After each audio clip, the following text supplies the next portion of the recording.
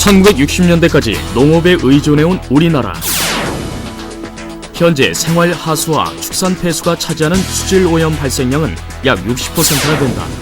그중 축산 폐수는 독성이 강해 정화 처리가 쉽지 않은데 더 이상 방치할 수 없는 고농도 축산 폐수 문제를 완벽하게 정화하는 신공법이 소개되었다. 토종 미생물을 활용한 이 신기한 공법에 대해 알아본다.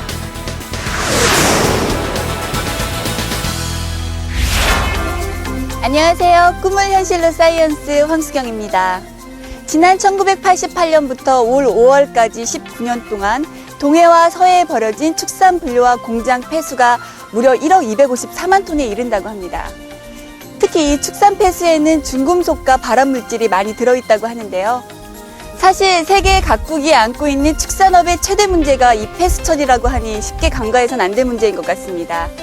이토록 우리의 환경을 위협하는 폐수 처리, 과연 그 해결 방법은 없는 걸까요? 경상남도 합천군 폐수 처리 문제가 사회적으로 심각한 가운데 최근 이곳에 신공정기술로 탄생한 축산 폐수 공공처리장의 준공식이 열려 눈길을 끌었다. 합천군 축산 분뇨 처리장에 적용된 공법은 우리나라 주요 산악지역에서 찾은 부엽토 중에 미생물들과 토종 청국장에서 찾은 미생물들을 대량 정식하여 적용함으로써 고농도의 축산 폐수를 효율적으로 분해함은 물론 악취가 나지 않는 그런 장점을 가지고 있습니다. 이렇게 토종 미생물을 활용해 정화 처리된 축산 폐수는 농업용수로 사용할 수 있을 정도로 냄새도 상태도 깨끗해지는데 하루 평균 2만 5천 마리가 배설하는 폐수의 양이 약 150톤. 이것을 처리하는 폐수 처리장인데도 냄새는 물론 쾌적한 환경이 남다르게 보인다.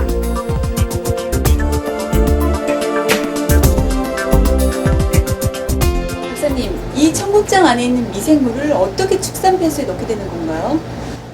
청국장 안에 있는 그 미생물을 분류를 해서 그 미생물을 대량 정식해서 이제 이와 같이 이제 미생물 고형체를 만드는 겁니다. 이 고형체를 제가 개발한 그 축산폐수 공정 속에 투입을 해서 고농도 오염물을 정화를 시키고 있습니다. 국산 청국장에서 찾아낸 토종 미생물 바실러스균. 이 균이 청국장을 발효시킬 때 전혀 악취를 풍기지 않는다는 사실을 생각해내 활용하게 되었다고 한다. 우리가 알고 있는 청국장에서 토종 미생물 바실러스균을 뽑아내게 되면 그대로 쓰는 것이 아니라 하얀 고형체로 압축을 시킨다. 그것을 바이오클로드라고 부르는데 청국장과 우리나라 각지에서 채취한 부엽토 등에서 추출한 것이라서 쉽게 용해되지 않도록 특수공법을 사용해 덩어리로 만들었고 축산 폐수장 안에서 서서히 용출되기 때문에 10년 동안 사용할 수 있다. 이렇게 축산 폐수 처리를 가능하게 한 방법은 KHTS 공법이다. 고농도 축산 폐수를 생물학적으로 처리한 방법으로 유기물, 질소, 인을 동시에 제거, 경제적이고 효율적인 시스템이다.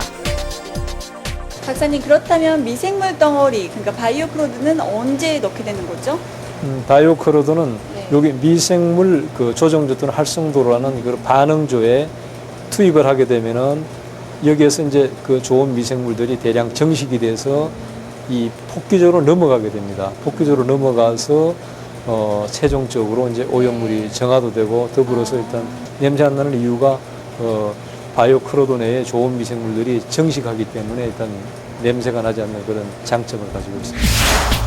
이 공법은 현기성 발효조, 포기조, 탈질조, 침전조 순으로 축산 폐수를 정화한다. 그중 바이오클로드는 미생물 조정조에 장착되고 후단 포기조 및 전체 공정에 토양 미생물을 공급하게 된다.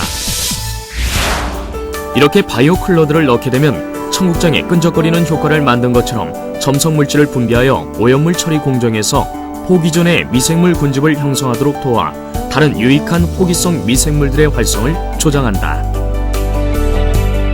정화 처리된 폐수와 처리 전의 폐수를 각각 비교해보면 인체에 유익한 것으로 알려진 토종 청국장 균이 오염물 정화에도 큰 효과가 있음을 한눈에 알 수 있다.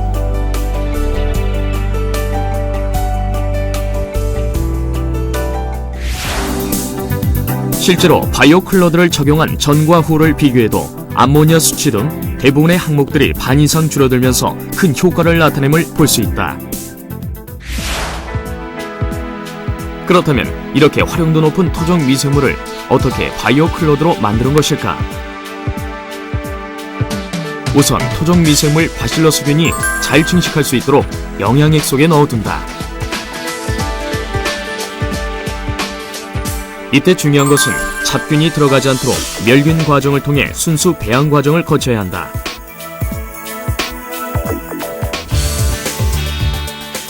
이렇게 선발한 우수 미생물이 영양액 속에서 잘 증식할 수 있도록 적절한 환경을 마련한다. 이때 잘 증식하게 되면 영양액 속에 토종 미생물이 증식하였음을 육안으로도 확인할 수 있는데, 영양액이 우유빛으로 변한 것은 미생물이 포화 상태라는 것을 상징하기 때문이다. 이러한 상태는 고형화시키기 전 단계로 좋은 미생물이 많이 증식될수록 고품질의 바이오클러드를 만들 수 있다. 그 다음 이렇게 증식된 우수 미생물이 얼마나 제대로 잘 증식되었는지 모니터링을 해야 한다. 현미경을 통해 확인해보면 미생물이 상당히 활발하게 움직임을 알 수 있는데, 이렇게 확인을 한 후에 고형체로 만들게 된다. 이때 미생물은 약 24시간 정도 배양시킨 후에 최상의 상태일 때 고형화를 해야 좋다. 이렇게 꼼꼼한 공정을 통해 만들어지는 바이오클러드는 약 10가지 종류의 바실러스 균을 가지고 탄생하게 된다.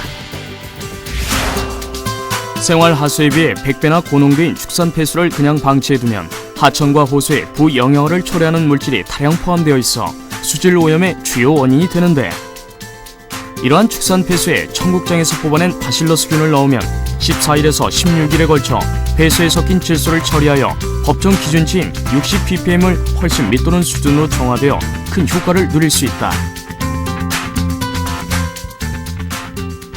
부엽토라든지 청국장에서 찾은 그 토종 미생물들은 아직까지 환경적으로 많이 활용을 하지를 못했습니다. 그래서 앞으로 환경 문제가 본격적으로 더 대두가 됐을 경우에 굉장히 그 효용성이 높을 것으로 생각을 합니다. 그래서 이 미생물들을 갖고 훨씬 가축 분유보다 높은 고농도의 음식 쓰레기라든지 아니면 남분해성 폐수들 쪽에도 적용을 할 예정입니다. 과거 돼지, 소 등 동물 사육은 자연 순환적이었고 가축의 배설물은 퇴비로 활용되기도 했습니다. 그래서일까요? 토종 미생물을 이용한 폐수 처리 방법은 국내뿐 아니라 선진국에서도 기술 이전을 요청하는 상황이라고 합니다. 환경을 지키는 일, 그것은 충분히 우리의 힘으로도 가능하다는 것을 새삼 느끼게 됩니다.